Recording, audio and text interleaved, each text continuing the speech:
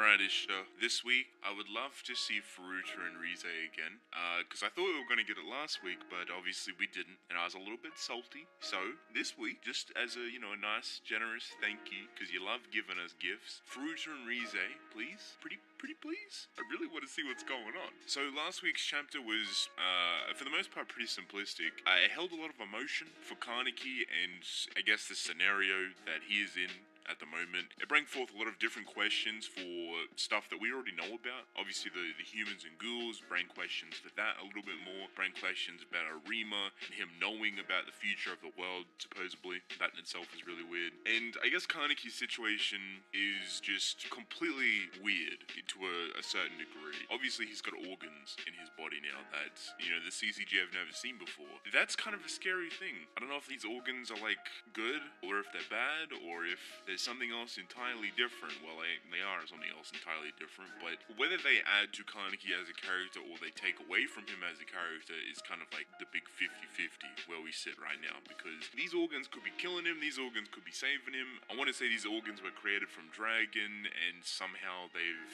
drained Kaneki, but I guess given organs back to keep that host alive, per se. This may evidently sort out Kaneki's human DNA problem. I don't know how biological Ishida is going to get with that whole ordeal. He has been very biological since the beginning, explaining the whole RC cells and everything. But just the organs, very, very peculiar. You know what I mean? I am excited to see how Ishida kind of takes that situation and how he wraps that into the story. Whether it's a good thing or a bad thing. Whether it completely wipes Kaneki's human DNA and makes him eligible to live properly. Is he going to be able to heal properly? Because that's also a weird situation in itself. The fact that his body has kind of been changed and modified. Because that's also a weird situation in itself. It looks like his body has been completely changed and modified to obviously suit being a host, per se, for Dragon. It almost kind of looks like he was turning into a sentient Kagane, which, when you say it like that, it really puts in perspective of what these sentient Kagane beings could actually be. If Ishida didn't want to go down the route of, creating a whole new being, per se, from the RC cells, he could actually just evidently write these sentient Kagane things that we've seen before as, other ghouls, per se.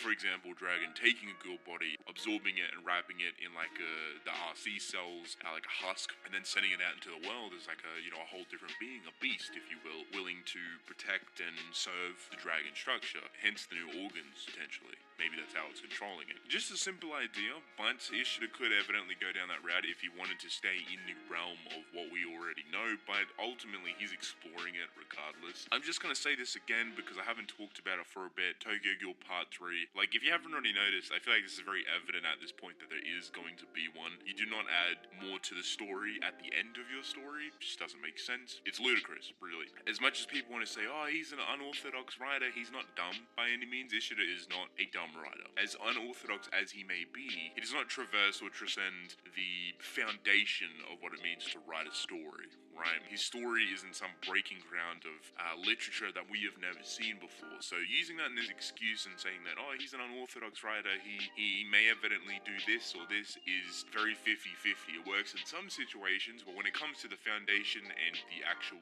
story process, no one goes into the finale of their story, the climax of their story, and adding more stuff to fuel the world, to fuel the characters, add on all this information just to end the story a couple of chapters later. That makes no coherent sense. It doesn't work. To me, everything happening right now is so specific to line up to a part 3. We got the Rize returning situation, we got Furuta finally kind of pushing out his motives a little bit more, we got Dragon turning humans into ghouls, we got Kaneki finally awake with new organs in his body that we don't know what he's gonna be like, and then part 3 is there. We're handling the rest of that situation. If Ishida wants to add more to that, he can feel free. He's got a part 3 to work with. And when I initially thought about a part 3, I never thought about it being super long, like Tokyo Ghoul and Tokyo Ghoul Re, 140 chapters plus. But that actually could be a thing. Just with how everything's going at the moment, I wouldn't be surprised if it was quite a lengthy series. A lot of people thought maybe 20, 40 chapters. I could could easily see 100 chapters just with what we have now. Just exploring the options of what Ishida has given us in the past, 10, 20 odd chapters, starting a massive war between a lot of different people, having this massive climax, and then the aftermath per se. What happens after Tokyo Ghoul, what happens to Kaneki, what happens to the CCG, what happens to the world. I can easily see 100 chapters there already. So it's just a matter of time until Ishida fully ends Tokyo Ghoul Re, and then I believe in a month or two, or a couple of months, whatever it is, he'll bring out his third and final part, most likely. In saying that, I feel like this chapter is just really going to revolve around Kaneki in the CCG. Obviously, last time we'd seen Kaneki, he was crying. A lot of people think it's because he's looking at Hide, which, for the most part, that would make the most sense. I would love to think that Kaneki is crying because he's seeing his friend for the first time in a very long time. And could it go that way? Yes, of course. For some reason, I don't feel like it's that easy, though. The reason why I say that is just because of Hide's kind of back and forth, leaving again and disappearing and then coming back. Like, he's very timely with his approach. And Hide, at the moment, is playing a very weird role. The reason why I say that is regarding the stuff that he knows about the V organization, about the plan to turn Kaneki into Dragon, or at least create Dragon, how much stuff does he truly know? He didn't seem worried when Kaneki got wrapped up in a body bag looking like he was dead. He seemed perfectly fine. For the most part, even this situation in itself, he seemed kind of fine. He was asking counter questions and saying that, is he alive? That's an obvious thing. Of course he's going to ask that. But he seemed very coherent in saying that he knew Kaneki was going to be okay to a certain degree. And I feel like a lot of Hide's plans, at least for the future, revolve around Kaneki. I don't know if he's been planning this since day one. I don't know if he thinks that Kaneki is the only person that can stop Furuta at this point, or the V organization per se. I think, just like every other character in this series, Hide knows a lot more than he leads on. And for reasons unknown. Why does he not tell everyone the information that he knows? Is he not proud of it? Does he not want to help Kaneki? Because that's his overall goal. Like, everything he's kind of gone through at this point has been helping Kaneki from the shadows. And a lot of people think, Hide is the one true leader of the V organization, which is completely counterproductive, by the way. I understand it's an idea, but it's just completely unproductive. But if you were to look at it in a grand scheme of thing, like the overall scale of the story, some could say that everything that's happened to this point is going so well to plan because of Hide. But I don't think that's the case. Like I said, it's just very abnormal for Hide to be the leader of V. Considering they're trying to hunt him down and kill him, I just think he knows a lot more than he leads on. How he got that information is a mystery to me. Whether he stole it from Dr. Canal, whether he stole it from V, ghouls in general, I don't know. But somehow he got information about Dragon and that whole ordeal happening before it even happened. So it makes me think, who's really in control here? Who really knows what's going on? And definitely Hide knows what's going on for the most part. He may even know what's going on with Kaneki right now regarding his internal organs. I think the chapter is definitely going to focus on Kaneki, talking to everyone and being very emotional.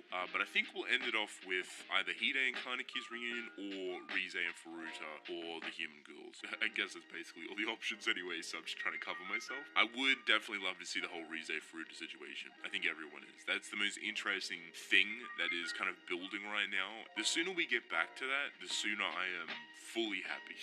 Because I really, really want to see that Furuta and Rize situation. Just the V in general. Like, sooner or later, Ishida, you're going to have to actually use the V organization as the characters that they are. I understand you're kind of doing it now, but sooner or later, they're actually going to have to be a story revolving around them. And we're building up to that point. You're going to have to show us sooner or later. Give us a bit of a teaser. Come on, man. That'd be nice. That'd be really nice. Regardless, that's basically it. I do want to say one thing before I end the video. Now, as you guys know, Tokyo Ghoul Re is in its final arc, and realistically, we're not really sure on when the series would end, just because they didn't announce the amount of chapters, and if we're going by just an open source, it would be safe to assume that they would end it at the ending of a volume, so that would be a whole book, a whole 10 to 12 chapters depending. When they announced that Tokyo Ghoul Re was ending, it was in its final arc, we were already halfway through a volume, so realistically, if we're just looking at one more volume, if we're going to end the story at the end of volume 15, I believe, there would only be 3 more chapters left, and I can definitely see that. This chapter, the one after, and the one after that one, 3 chapters. Now, that's just an early prediction,